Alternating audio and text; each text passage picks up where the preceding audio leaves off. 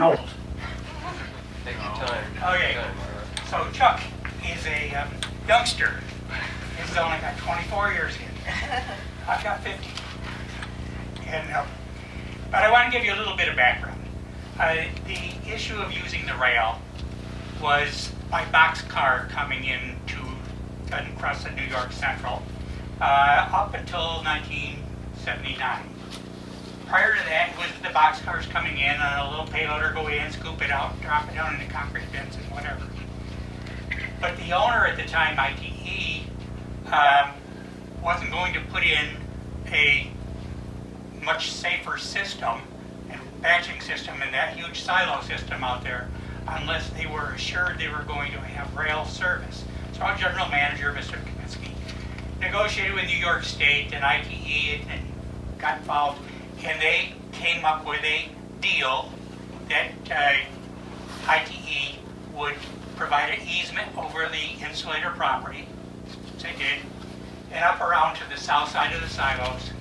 And the deal was that easement would disappear if that rail service to the northern railroad tracks going through here disappeared. And that's where it stands right now. It disappears. Why did he do that as opposed to selling the property like the other property owners further north, little plots between Adams Street and the Victor and Sutter property?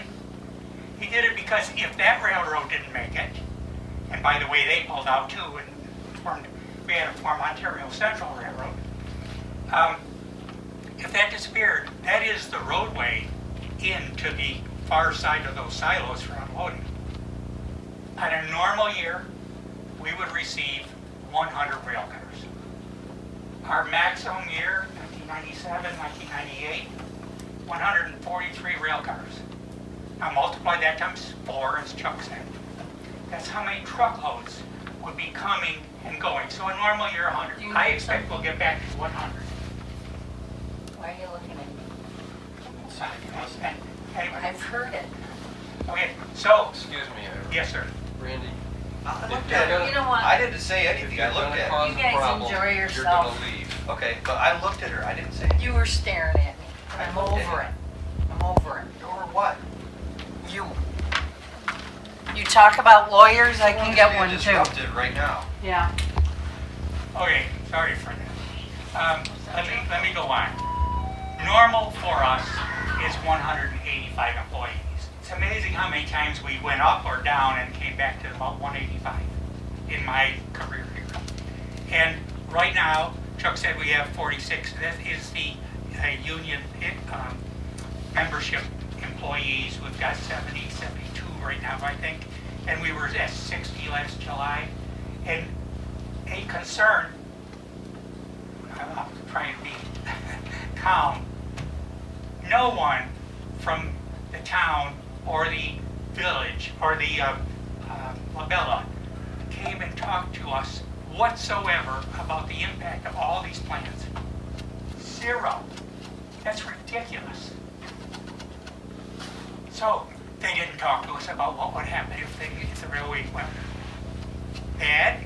How bad could it get for us? They didn't talk to us about what if our business thrived.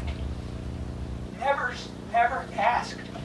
You could have, I'm not saying it's going to happen, but you could have a rather serious traffic problem coming in off of School Street or Adams Street with that many trucks coming, and where are they going to go out? The exit end is on our land across from Railroad Avenue. Just think about what kind of a mess that would be. You'd have to put a traffic light in there to get the tractor trailers in. So anyway, I'm not saying that's going to happen. I'm not saying there's not alternatives, but I'm telling you that was always the plan. And think about, I can tell you right now, I expect to have 10 additional employees by the end of this year. Our budget for sales is up 20% for this year. We did very well last year, nicely profitable, and I expect we will get back on that 180 people again in 4 or 5 years when the labor market frees up a little bit better. I mean, you've all seen our flags out there. They've been out there for 6 months. So I expect we're gonna grow. We'll do whatever it takes. I've never seen an opportunity like this. We are the last manufacturer in North America for many, many types of insulators made out of ceramics. I'm not going to pass it. I'm not going to retire. And we're doing everything we need to do to make sure that there's a succession of management to carry this company forward. So I do believe that some people in some other organizations within the boundaries of the town of Victor either think, believe we're going to go out of business, or hope we're going out of business. Not going to happen. Rail or no rail, I won't let it. Okay? Thank you. Before the next speaker, I want to take a moment to speak for the record. The accusation that no one was invited to the table to see the plans or talk about the plans. The plans have been public since day one. The information's been available, and nobody came to see the plans and find out what they were about until recently.